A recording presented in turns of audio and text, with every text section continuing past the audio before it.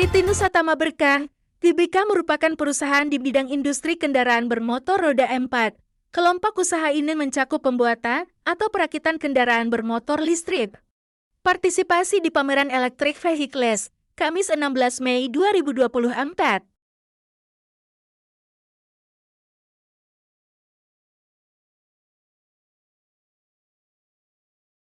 Bambang Susilo, Direktur Utama PT Nusa Tama Berkah Tbk mengatakan bahwa tantangan terbesar yang perlu dihadapi adalah peningkatan angka TKDN agar bisa membantu pemasaran truk listrik di sektor pertambangan dan logistik di Indonesia.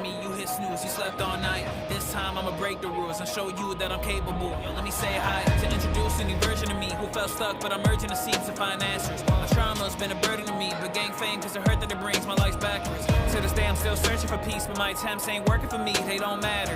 Even though I've been served with defeat, I'm still going, I'm determined to see my next chapter. Dripped in black, my soul is dark. Just a year ago I used to have a heart, I lost my spark, I wanna quit, I wanna win. I'm indecisive, I feel like I'm torn apart, I don't know what to do next. Waking up every day feeling useless, the most bipolar person that you met. I'm fixated on the words that you said. I got thoughts in my head, I'm alive, but feel like I'm the Insinyur Bambang Susilo harapkan semoga PT Nusa Tama Berkah Tbk semakin berkembang di bisnis special vehicles yang telah menjadikan Nusa Tama ternama di Indonesia. Menakjubkan melihat Nusa Tama Berkah Tbk berevolusi mengikuti perkembangan teknologi dalam industri trucking. Rupanya dari sisi implementasi peraturan presiden maupun peraturan menteri itu hanya berlaku untuk passenger. Padahal kalau kita baca secara umum ya, itu harusnya berlaku general. Jadi hanya berlaku untuk passenger dan bus. Karena kalau untuk truk belum berlaku. Itu yang membuat implementasi untuk EV truck masih agak kurang berkembang. Dan Bapak sendiri strateginya apa sendiri Pak biar lebih ya, jadi kan EV truck itu kan aplikasinya ada dua.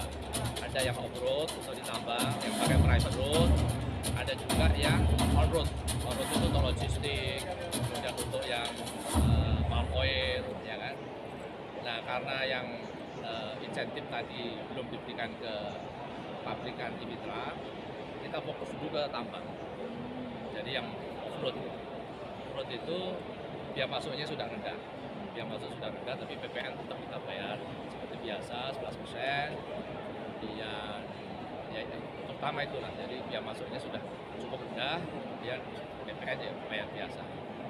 Nah, kalau untuk yang on-road itu kalau kita impor dalam kondisi utuh CBU itu biaya masuknya tinggi. Nah, padahal kan insentif itu diberikan, kan namanya bikin pabrik itu kan perlu waktu, kan? Perlu waktu. Yang passenger itu diberikan selama dia bangun pabrik itu boleh import utuh CBU dengan biaya masuk 0, PPN hanya bayar 1%, sehingga harganya kan kompetitif. Nah, kalau kita impor CBU untuk yang kendaraan untuk on-road, untuk logistik, itu biaya masuknya 40%. Padahal sebenarnya keperluan untuk logistik itu penting kan, untuk menurunkan biaya logistik itu salah satunya pakai listrik. Ya kan? Artinya pemerintah dalam hal ini belum adil. Iya, karena hanya diberikan ke kendaraan untuk penumpang, untuk orang ya, dan bus kan. Sementara untuk truk yang notabene sebenarnya penting untuk menurunkan biaya logistik, biaya masuknya tinggi. Artinya insentifnya tidak diberikan. Tapi nggak apa-apa, kita sekarang mulai dengan yang di off-road, artinya supaya bisnisnya bisa jalan, ya kan. Kita fokus ke di tambang, kemudian juga di pulp and paper itu juga melalui private road kan. Nanti kalau sudah artinya bisnisnya ini sudah berkembang, kita kan rencana mau bikin pabrik juga, bikin pabrik untuk terutama untuk melayani yang nanti on road, ya untuk logistik tadi. bikin pabriknya di daerah mana? Kita sedang ada survei beberapa lokasi, tapi di Jawa Barat ya, antara Cikarang, Kerawang, sampai Itu spare partnya atau semuanya? bikin truk utuh gitu. Ya memang awalnya kita import CKD, ya kan, import CKD kemudian dirakit.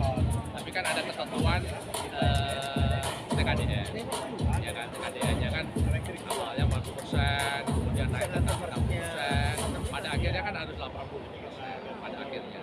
Jadi misalnya nih, seperti DKI itu kan sudah mencanangkan 2030 itu semua angkutan umum dan kendaraan milik Pemda harus listrik.